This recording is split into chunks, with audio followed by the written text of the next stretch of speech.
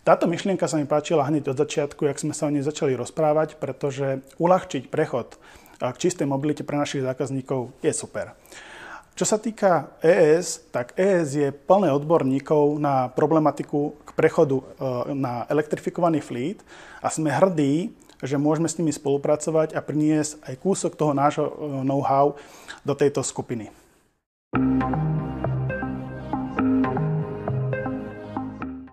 Našim zákazníkom pomáhame s monitorovaním vozidiel a vyhodnocovaním nazbieraných dát.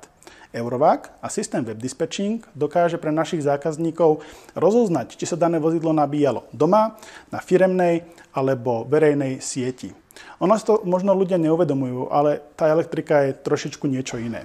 Keď máte vozidlá a máte elektrické, ktoré sa nabíjajú a vodiči chodia ešte aj na súkromné alebo firemné účely, tak toto vyhodnotiť bez dobrého systému je naozaj náročné.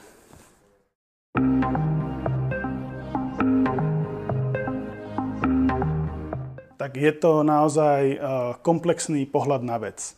Sám som to zažil, keď som sa dostával do elektrifikácie, alebo čo všetko musíte spraviť, aby ste mohli zelektrifikovať váš fleet, a fakt to nie je jednoduché.